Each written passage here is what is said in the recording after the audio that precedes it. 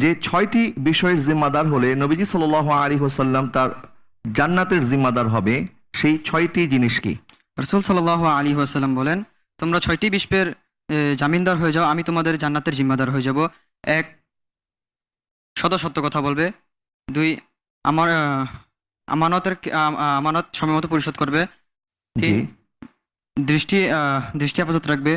জি 4, স্বীয় লজ্জাস্থান হেফাজত করবে। জি 5, হ্যাঁ, হাত দ্বারা কাউকে কষ্ট দেবে না। হাত দ্বারা কাউকে কষ্ট দিবে না। 6,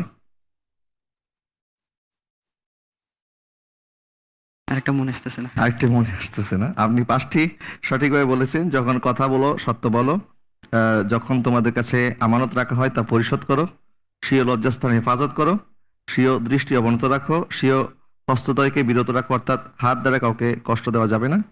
আর সর্বশেষ যেটা আপনি বলতে পারেন সেটি হচ্ছে যখন প্রতিশ্রুতি দেবে তা পূর্ণ করো।